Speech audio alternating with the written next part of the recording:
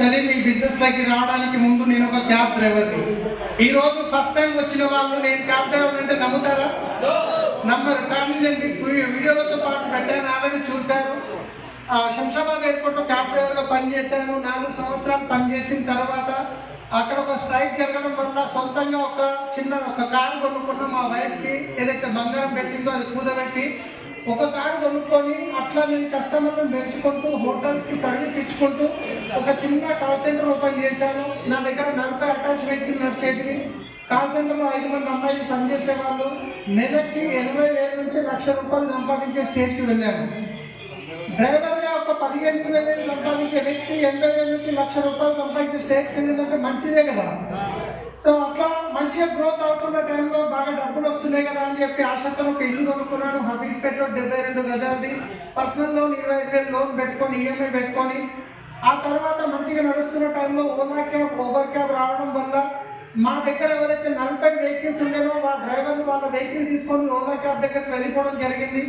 అప్పుడు నా దగ్గర బిజినెస్ ఉంది కానీ కార్లు లేవు. నా దగ్గర 2 ఆప్షన్స్ ఉండే.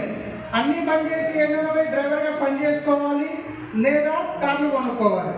డ్రైవర్గా పని చేసుకోవడానికి నేను రెడీగా ఉన్నా, కానీ 25,000 ఈఎంఐ ఉంది, ఇంటి కిరాయి కట్టాలి, డబ్బులు సరిపోవన్న ఆలోచనతోటి నాకు తెలిసిన ఒక కస్టమర్ ఉండే. ఆయన దగ్గర 24 లక్షలు అప్పు తీసుకొని 10 సొంత కార్లు కొనుక్కోవడం జరిగింది. మళ్ళీ బిజినెస్ 1 ఇయర్ వరకు బాగానే నడిచింది. కానీ 1 ఇయర్ తర్వాత ఓలా క్యాబ్ వాళ్ళు రేట్ అనేది 50% డిస్కౌంట్ ఇవ్వడం జరిగింది కస్టమర్కి. ఎప్పుడైతే 50% డిస్కౌంట్ ఇచ్చారో అప్పుడు నా దగ్గర కస్టమర్స్ రావడం తక్కువైపోయింది. అంతకుముందు డ్రైవర్స్ కార్లు లేకుంటే కార్లు తెచ్చుకున్నా, కానీ ఇప్పుడు కస్టమర్స్ వెళ్ళిపోయారు. ఇక వేరే ఆప్షన్ లేదు. ప్రతి నెల 24 లక్షలకి 70,000 ఇంట్రెస్ట్ కట్టాలి. 10 మంది డ్రైవర్ల శాలరీస్ ఇవ్వాలి. కాల్ సెంటర్లో పనిచేసే అమ్మాయిల శాలరీస్ ఇవ్వాలి. సో ఇంకా ఈఎంఐస్ కట్టాలి, మళ్ళీ ఇంట్లో తీసుకోవాలి. చూస్తూ 3 నెలల్లో ఉంటా మళ్ళీ 2,70,000 అప్పు చేయాల్సి వచ్చింది. నాకు అర్థమైపోయింది పరిస్థితి చేయి దాటిపోయింది. ఇంకా నేను ట్రావెల్స్లో ఏం చేయలేనని నాకు అర్థమైపోయి ఇంకా ఆ కొనుక్కున్న కారు కూడా మళ్ళీ రిటర్న్ అవ్వడం జరిగింది. కొనుక్కునేటప్పుడు ఒక కారు డౌన్ పేమెంట్ 2.5 నుంచి 3 లక్షలు చేశాను. అమ్మేటప్పుడు అవే డబ్బులు వస్తాయి. 30,000కి 40,000కి సెకండ్ హ్యాండ్ కార్లు అమ్మవలసి వచ్చింది. తిరిగి చూసుకునేసరికి 24 లక్షల అప్పు అట్లనే మిగిలిపోయింది. నెలకి 70,000 ఇంట్రెస్ట్ కట్టాలి. అప్పులలో బాగా పెరిగిపోయినాయి. ఇక్కడ చిట్టీలు వేస్తారు కదా కర్ణాటకలో, నెలకి ఒక 20,000 చిట్టి ఉండేది. ఒక మెడికల్ షాప్ ఆయన దగ్గర ప్రతి నెల నేను టైంకి కడితే ఆయన రెస్పెక్ట్ ఇచ్చి ఛాయ్ ఆపేవాడు. ఒక్కసారి 2 నెలలు కట్టలేకపోయినా ఉల్టా నన్ను ఫోన్ చేసి తిట్టడం జరిగింది. ఆ రోజు మా వైఫ్ పిల్లల్ని తీసుకొని మా పెద్ద బామ్మడి దగ్గర ఒక చిన్న దావత్ ఉంటే 2 పిల్లలు మా వైఫ్ వెళ్ళింది. నేను ఇంట్లో ఉన్న రాత్రి 10 అవుతుంది. కాల్ వచ్చింది. ఇష్టం వచ్చినట్టు తిట్టింది. రేపు పొద్దున వచ్చి నీ తరకాయను చూపిస్తానని చెప్పాను గలీలో. అప్పటికే నా పరిస్థితి ఉన్న బంగారం పోయింది. ఆ ఉన్న ఇల్లు అమ్ముకున్న, కార్లు వెళ్ళిపోయినాయి, రోడ్డు మీదకి వచ్చేసిన కార్నర్లో ఒక లెక్కించడం స్టార్ట్ చేసిండ్రు. మళ్ళీ ఉంటాయిన గలీలోకి వచ్చి ఇద్దరు తీస్తే ఏముంటుంది, ఏమనిపిస్తుంది? గత 3-4 నెలల కింద ఒక హంగామా ఉండే 10 కార్లు, డ్రైవర్లు, ఒక వేరే లైఫ్ స్టైల్ ఉండే. 3 నెలలు 4 నెలల తర్వాత పరిస్థితి గల్లీలో వచ్చి గల్ల పట్టుకుంటే బాగుంటుంది. ఆ రోజు నాకు అర్థమైంది, అమ్ముకొని వెళ్దామంటే అప్పులు లేవు, ఒకటే కనిపిస్తుంది. ఇంట్లో పడుకొని ఉన్నా, ఎందుకు ఇట్లా నాతో అయ్యింది. చూస్తూ నేను అనుకోకుండా అప్పుల్లోకి వెళ్ళిపోయాను. మంచం మీద పడుకొని ఉన్నా, నిద్ర పట్టట్లేదు. ఆ తిట్లు గుర్తుకొస్తున్నాయి. ఒకటే డిసైడ్ అయినా, ఇక లేదు, నా జీవితం ఇక్కడికి శూన్యం. ఇక్కడ నేను ఇప్పుడు సూసైడ్ చేసుకోవడానికి రెడీ అయిపోతున్నా. పైన ఫ్యాన్ తిరుగుతుంది. నేను 1, 2 ఇక లేచి ఊరేసుకొని సూసైడ్ చేసుకున్నామన్న సిచ్యువేషన్ ఆలోచన వచ్చింది. డిసైడ్ అయినా, కానీ నా బాబు చిన్నగా ఉండే ఇంట్లోకి పిల్లలు బయటికి వెళ్ళేటప్పుడు డబ్బులు అడుగుతారు కదా, డాడీ 5 రూపాయలు ఇవ్వాలి. నాకు మా పిల్లలు అడిగే ఆ సిచ్యువేషన్ నాకు రిజర్వేషన్ గుర్తుకొచ్చింది. నాకు ఒకటి అనిపించింది, నేనేదో చేసిన పాపానికి నేను సూసైడ్ చేసుకుంటే ఏ బావగాడు, ఏ బామ్మది గాడు, ఏ మామగాడు, ఏ అన్నగాడు అయితే నా పిల్లల పరిస్థితి రోడ్డు మీద సిగ్నల్ దగ్గర అడుక్కునే పరిస్థితి వస్తుంది. నేను వాళ్ళకి తెలియాలి అని చెప్పేసి నేను ఆగిపోయాను. ఆ తర్వాత నేను ఎప్పుడు దేవుణ్ణి ప్రార్థించిన ఒకటే అడుగుతుంటే, దేవుడన్నా నీ ఛాలెంజెస్ నేను బయటకు తీసేనా, పరిశ్రమకి నేను బయట ఇదే కోరుకుంటుంటే. కానీ మనం చెప్తాం కదా, దేవుడు ఎప్పుడు కాళ్ళ గజ్జలు కట్టుకొని నెత్తికి కిరీటం పెట్టుకొని మీకు డాక్యుమెంట్లు లక్షల డబ్బులు తీసుకొని రాడండి. ఒక వ్యక్తి రూపంలో పంపిస్తాడు. ఒక వ్యక్తి రూపంలో పంపిస్తాడు. ఆయన ఎవరంటే ఈరోజు ఇక్కడ ఇన్వైట్ చేసిన వ్యక్తి. చేసిన వ్యక్తిని. ఆమె ఒక 10 years తర్వాత కాల్ చేయడం జరిగింది. సలీం ఎక్కడున్నావు, ఒకసారి పెళ్ళి అయింది, పిల్లలు తీసుకొని రా మా ఇంటికి, నేను సంగారెడ్డిలో ఉంటాను, నీకు ఒక మంచి ఆపర్చునిటీ చెప్తా బిజినెస్ అన్నది. బిజినెస్ అనేసరికి నా మైండ్ ఆల్రెడీ బ్లాక్ అయిపోయింది. ఎప్పుడు సాగు వస్తుందా అని చూసుకుంటూ ఎదురు చూస్తున్న వ్యక్తిని. కానీ నేను వెళ్దామని అనుకోలేదు. కానీ రాయకోట దగ్గర వాళ్ళు సంగారెడ్డికి వెళ్తాము, రాయకోటకి ఒక డిన్నర్కి వెళ్ళేది ఉండే, మా సొంత బాగుండే, తప్పదు కదా వెళ్ళేటప్పుడు సంగారెడ్డికి వెళ్ళి ఒకసారి కలుద్దాం వాళ్ళ దగ్గర ఒక డ్రైవర్గా పనిచేసిన వ్యక్తిని అని చెప్పేసి ఇంటికి వెళ్ళాను. వెళ్ళిన తర్వాత ఆమె టీ ఇచ్చిన తర్వాత ఒక పేపర్ తీసి బెస్ట్ ప్లాన్ చెప్తుంది. కానీ నా మైండ్ కంప్లీట్గా బ్లాక్ అయి ఉంది. ఎందుకంటే ముందు ఏ బిజినెస్ చేద్దామన్నా డబ్బులు లేవు, మనం ఉంటాయి మనుషుల్ని జాయిన్ చేసే బిజినెస్. ఇప్పుడు సబ్బులు పట్టుకొని ఎవరు తిరుగుతాం, నా మైండ్ కంప్లీట్గా నెగిటివ్ ఉండే. జాయిన్ కావద్దు అనుకున్నా కానీ ఫ్రీ జాయినింగ్ ఆధార్ కార్డు ఇస్తే ఇక్కడ నేను బయట పడవచ్చు అని చెప్పి ఉద్దేశంతో ఓకే దీది ఆధార్ కార్డు ఉంది తీసుకొని జాయిన్ చేసుకోమని చెప్పాను. చేసిన తర్వాత ఆమె కొన్ని ప్రోడక్ట్ తీసుకోమని ముందర వెళ్తే నాకు డబ్బులు లేకుండా ఒక నీమ్ సోప్ ఒక నైట్ క్రీమ్ మాత్రమే తీసుకున్నాం. ఆమెకేం తెలుసు, సలీం ట్రావెల్స్ కార్లు హంగామా ఒక మంచి లెవెల్ అని ఆమె అనుకుంటుంది. లోపలికి ఏం లేదు, అంతా జీరో అయిపోయిన ఆ విషయం ఆమెకు తెలియదు. ఇంటికి వచ్చిన తర్వాత సబ్బు వాడినాం, మా వైఫ్ నైట్ క్రీమ్ వాడింది, మంచిగా అనిపించింది, బాగుంది అని ఫోన్ చేస్తే ఏదో బిజినెస్ చేయమంటారో ఉన్న భయంతో ఫోన్ చేసి బాగుంది అని చెప్పలేదు. కానీ నిజంగా నా టైం బాగుంది. 2 రోజుల తర్వాత ఆమె తొలి చౌకి వెళ్తున్నాం, సరే నేను మా ప్లాన్ కొనుకెళ్ళి సార్ ఒకసారి మీ ఇంటికి వస్తాము అంటే నేను కాదనలేదు, వచ్చారు, విన్నా, ప్లాన్ విన్నా, ఓపెన్ మైండెడ్గా విన్నాను. విన్న తర్వాత ఒక విషయం నాకు అర్థమైంది ఏంటంటే దీంట్లో నేను పెట్టుబడి పెట్టేది లేదు, ఎవరితో పెట్టుబడి పెట్టించేది లేదు. రెండోది ఈయన కాకుండా ఏదైనా పొద్దున్నేసి పనులు తోమాల్సిందే, స్నానం చేయాల్సిందే, ప్రోడక్ట్ కొనాల్సిందే అని అర్థం చేసుకొని సికింద్రాబాద్ బ్రాంచ్ ఆఫీస్కి వెళ్ళి ప్రోడక్ట్ కొనుక్కున్నా, తెచ్చుకున్నా, వాడినా, అన్నీ బాగున్నాయి. బాగున్న తర్వాత నెక్స్ట్ ఎక్కడికి ఇన్వైట్ చేస్తారు, అప్లై మీటింగ్కి రమ్మంటారు. ఓకే మీటింగ్కి రమ్మంటుంటే వెళ్ళాను. ఫస్ట్ టైం నేను సంగారెడ్డిలో ఒక మీటింగ్ అటెండ్ అయ్యాను, 15 మంది ఉండే. సెకండ్ మీటింగ్ ఇంటర్వ్యూ సార్ వాళ్ళ ఇంట్లో మీటింగ్ అటెండ్ అయ్యాను, ఒక 9-10 మంది ఉండే. మూడోసారి మళ్ళీ సికింద్రాబాద్ బ్రాంచ్ ఆఫీస్లో ఛాంపియన్ అని 2వ తారీఖు చేసుకుంది, అక్కడికి ఇన్వైట్ చేశారు, అక్కడికి వెళ్ళాను. అక్కడ నుంచి ఇంకా కాన్ఫిడెన్స్ వచ్చింది. మీటింగ్కి వెళ్ళిన ప్రతిసారి నా లోపల కాన్ఫిడెన్స్ పెరుగుతుంది.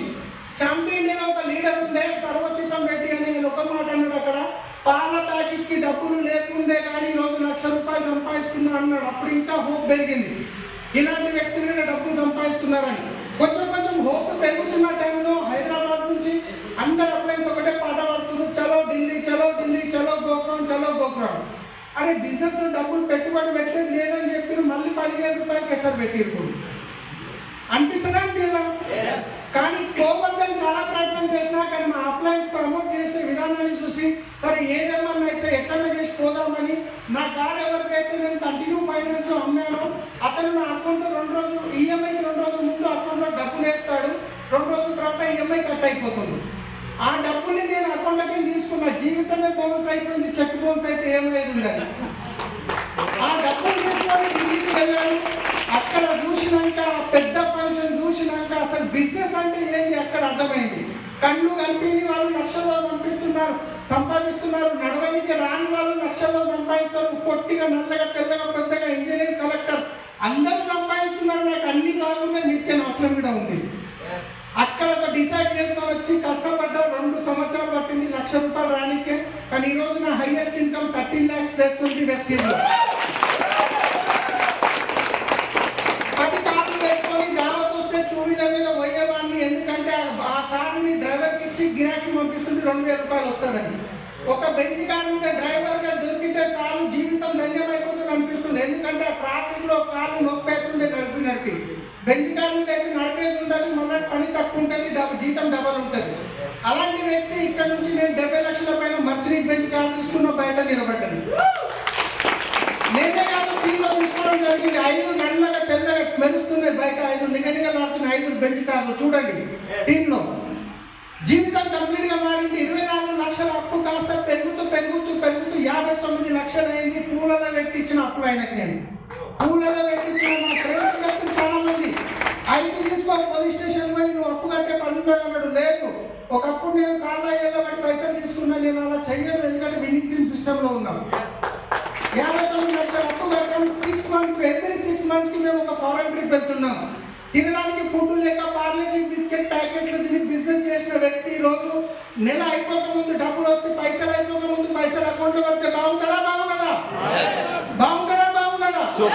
నిన్న నేను ఎఫ్ఐఆర్ వస్తుంది, సరే ఒక మా బాబుకి మా పాపకి నాకు ఒక సూట్ కుట్టిద్దాము, మా వైఫ్ ఒక సారీ తీసుకుందాం అని చెప్పేసి వెళ్ళాను. వెళ్ళిన తర్వాత అక్కడ మొత్తం నిన్న అయిన బిల్లు 1,45,000 నలుగురు బట్టలకి. ఇంకా ముందు రంజాన్ పండుగ వస్తే చార్మినార్లో రేట్ తక్కువ దొరుకుతాయి, మంచిగా దొరుకుతాయి అని చెప్పి మా వైఫ్కి బట్టల ఇంటికి వెళ్ళినప్పుడు మా వైఫ్ ఆ షాప్లో చూసి ఆ గ్లాస్లో ఉన్న సీరియస్ ఎంత బాగుండేది అంటే నేను చూడగలే, నాకు మన కెపాసిటీ కాదమ్మా, నడు అదే షాప్లో కొనుక్కుందామని చెప్పిన. కానీ నిన్న అదే షోరూంలోకి వెళ్ళి మూడు జతలు ఇప్పించిన ఇంచుమించు 55,000 అయింది, 3 జతలకి. దీంట్లో ఎక్కడి నుంచి నేనేదో చేసినా గొప్పగా చెప్పట్లేదు. బతకాలన్న ఆశ లేని వ్యక్తి ఈ రోజు లైఫ్ ఇట్లా మారిందంటే ఇక్కడ కూర్చున్న హాల్లో ప్రతి ఒక్కరి వ్యక్తి జీవితం మారుతుందా మారదా? మారుతుందా మారదా?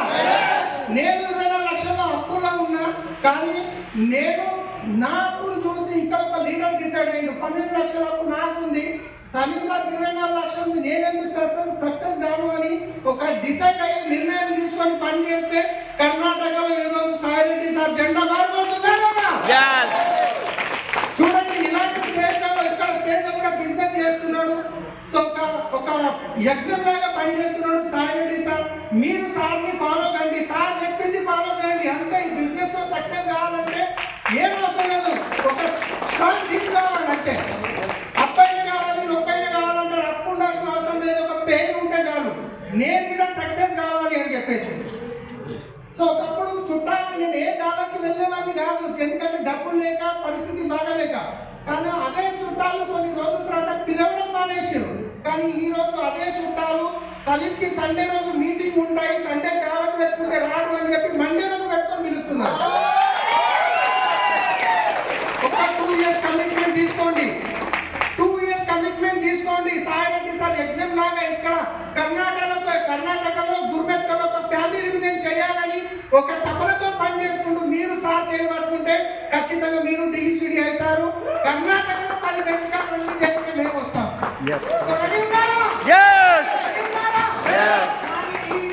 ఇది మీరు సాధించాలి అంటే మీ లోపల ఒక పవర్ఫుల్ అది ఏమంటారు నమ్మకం రావాలి.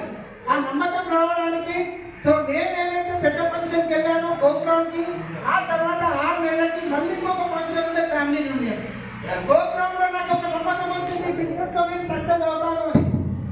కానీ ఫ్యామిలీ యూనియన్కి వెళ్ళిన తర్వాత అక్కడ రికగ్నిషన్ చూసిన తర్వాత నాకు ఒకటే అనిపించింది, నేను స్మార్ట్ వర్క్ చేయాలి. నేను ఎవరెవరికైతే ప్లాన్లు చెప్పానో వాళ్ళందరికీ ఒకటే చెప్పిన, నడవండి ఢిల్లీకి, మీకు అర్థం కాకుండా రెట్టింపు డబ్బులు నేను ఇస్తాను. ఆ రోజు అక్కడికి వచ్చి నిర్ణయం తీసుకున్నారు. ఈ రోజు చాలా మంది లక్షల్లో ఇన్కమ్ తీసుకుంటున్నారు. ఆ ఫంక్షన్ చూసినాక నాకు అర్థమైంది, జీవితంలో ఒక్కసారైనా ఇలాంటి రికగ్నిషన్ తీసుకోవాలి. జీవితంలో మనకు కంపెనీ మేనేజ్మెంట్ వస్తున్నారు ఫ్యామిలీ యూనియన్లో నేర్పించడానికి. నెలకి 80 లక్షలు తీసుకునే మెంటర్ 3 days మనతో పాటు ఉండి నేర్పిస్తున్నారు. బయట ఎవరన్నా వచ్చి నేర్పిస్తారా మనకు? మీ దగ్గర డ్రీమ్స్ ఉన్నాయా? మీరు లక్షలు సంపాదిస్తారా? మేము సపోర్ట్ చేస్తామనే వాళ్ళు ఎవరైనా ఉన్నారా బయట? కానీ ఈ బిజినెస్ లో మీ అప్లైన్ ఇక్కడికి ఇన్వైట్ చేసిన ఆయన, మీ అప్లైన్ ఎవరైతే ఉన్నారో మిమ్మల్ని గెలిపించడానికి రెడీ ఉన్నాడు. మీరు రెడీ ఉన్నారా? మీరు రెడీ ఉన్నారా? మీరు తొందరగా సక్సెస్ కావాలంటే ఒక సీక్రెట్ చెప్తున్నాం. ఈ ప్రపంచంలో ఒక పేద వ్యక్తి, ఒక నిరుపేద వ్యక్తి కోటీశ్వరుడు కానికే చాలా మార్గాలు ఉన్నాయి. Yes or no? కానీ ఒక పేద వ్యక్తి కోటీశ్వరుడు కానికే మాత్రం ఏదన్నా ఉంది అవకాశం అంటే అది వెస్టీజ్ మాత్రమే. దీంట్లో నేను గిట్ట సక్సెస్ అవుతా, నేను గిట్ట ఈ స్టేజ్ మీదకి వచ్చి గర్జిస్తా అని చెప్పి మీకు కాన్ఫిడెన్స్ రావాలంటే మీరు ఎఫ్ఆర్యూకి రావాల్సిందే. హైదరాబాద్ లో జనవరి 9, 10, 11 3 రోజులు ఒక పెద్ద యజ్ఞం లాంటి మీటింగ్ జరగబోతుంది ఫ్యామిలీ యూనియన్. ఎంతమంది టికెట్లు బుక్ చేశారు ఇక్కడ? వీళ్ళందరూ కాబోయే డ్యూసీడీస్. ఈ రోజు కొత్తగా వచ్చిన వాళ్ళకి మీకు నేను హామీ ఇస్తున్నా, మీరు ఫోన్ తీసి రికార్డ్ చేసుకోండి. మీరు ఆ మీటింగ్కి వచ్చి 3 రోజులు కూర్చున్న తర్వాత వినండి. విన్న తర్వాత ఒకవేళ 3 రోజుల తర్వాత నచ్చలేదు, నా టైం వేస్ట్ అయిందంటే మీ డబ్బులు రెట్టింపు కాదు 3 times ఎక్స్ట్రా అయినకి నేను రెడీ ఉన్నాను. కానీ మీరు డిసైడ్ అయ్యి అక్కడ ఒక నిర్ణయం తీసుకొని మీరు సిస్టమ్ ప్రకారం 10 cost step కార్డినల్ రూల్ ని ఫాలో చేస్తే వచ్చే 1 year లో 1 lakh తీసుకోవచ్చు. నేను బాండ్ పేపర్ రాసిస్తాను. అవకాశం మీ చేతిలో ఉంది, ఆపర్చునిటీ మీ చేతిలో ఉంది. డిసైడ్ కండి. ఫ్యామిలీ యూనియన్ ఫంక్షన్ ఇండియా మొత్తం నుంచి వస్తున్నారు హైదరాబాద్కి. మేము ఢిల్లీ వెళ్ళే వాళ్ళం ట్రైన్లో లాస్ట్ మూమెంట్లో సీట్లు దొరకకుంటే ఆ సీట్ల కింద పడుకొని వెళ్ళాము. అక్కడ పోయినాక రూమ్స్ దొరకకుంటే నల్లులు ఉంటుండే రూమ్లలో. సో ఏమి తెలియదు అక్కడ అలాంటి అక్కడికి వెళ్ళి మేము 20,000 ఖర్చు పెట్టుకొని వెళ్ళాము. ఈరోజు హైదరాబాద్లో మన ఇంటి పక్కన జస్ట్ 5,200 రూపాయలతోని 3 రోజుల ఫంక్షన్, నెలకి 1,10 లక్షలు తీసుకునే అవకాశం ఉంటే ఎఫ్ఆర్యు రావాలా వద్దా? అయినా కానీ కొందరి గురించి నేను చెప్తాను, సార్ నా జీవితంలో 1,00,000 రూపాయలు కావాలి, నేను ఇట్లా కార్ తీసుకోవాలి, నేను ఇట్లా ముందుకు వెళ్ళాలి అని మీకు కసిగా చెప్తారు. కానీ ఎఫ్ఆర్యు గురించి చెప్తే మాత్రం కొన్ని రీజన్స్ చెప్పే ప్రయత్నం చేస్తారు. అలాంటి వాళ్ళు ఉంటే నేను ఒకటే చెప్తున్నా, ఒక 6 నెలలు వాళ్ళని పక్కన పెట్టండి, ఏమనకండి. ఎందుకంటే వాళ్ళేమో రీజన్ చెప్పాలి, ఎలాగైనా ఈసారి తప్పించుకోవాలి, నా టైం బాగాలేదు సార్, వచ్చే సంవత్సరం పక్కా వస్తా ఎఫ్ఆర్యు అంటాడు, బిజినెస్లో ఉన్నాడు. నేను ఎంతో మందిని చూశాను. కానీ ఎవరైతే ఎఫ్ఐఆర్కి వస్తున్నారో వాళ్ళని గెలిపిద్దాం, మనం అందరం కలిసి. రాని వాళ్ళకు 6 నెలలు టైం ఇద్దాం. కానీ నేను ఒక బ్రదర్గా మీకు చెప్పేది ఏంటంటే, మీరు రండి. ఫుడ్కు డబ్బులు లేని వ్యక్తి రోజు ఇక్కడికి వచ్చానంటే అలాంటి ఫంక్షన్లు చూసి అక్కడికి వచ్చినాక మీకు అర్థమవుతుంది అసలు బిజినెస్ అంటే ఏందని. ఇంట్లో కూర్చోబెట్టి 24 గంటలు చెప్తే బిజినెస్ నుంచి అర్థం కాదు. ఎఫ్ఆర్యూలో ఒక 2 నిమిషాలు కూర్చుంటే అసలు ఏంటి ప్రపంచం, మీ లోపల ఉన్న అసలైన శక్తి బయటికి వస్తుంది. సో డిసైడ్ కండి. మనం జనవరిలో 9-10 నేను హైదరాబాద్లో కలుద్దాం. టికెట్స్ మీ అప్లైకి ఇమ్మీడియట్లీ ఇప్పుడే టికెట్ కొట్టి బుక్ చేసుకోండి. ఎందుకంటే టికెట్లు ఆల్మోస్ట్ ఎండింగ్లో ఉన్నాయి. లాస్ట్ మూమెంట్లో మళ్ళీ ఫుల్ అయిపోయినాయి అనుకోండి, మళ్ళీ కేరళలో వెళ్ళాలి, లేదంటే ఇంకెక్కడ సూరత్ వెళ్ళాల్సి వస్తుంది. సో డిసైడ్ కండి, నిర్ణయం తీసుకోండి. సో మేము ఉన్నాం, మీరు గెలవడానికి రెడీ ఉంటే మేము కర్ణాటక మళ్ళీ రావడానికి మేము రెడీ ఉన్నాం.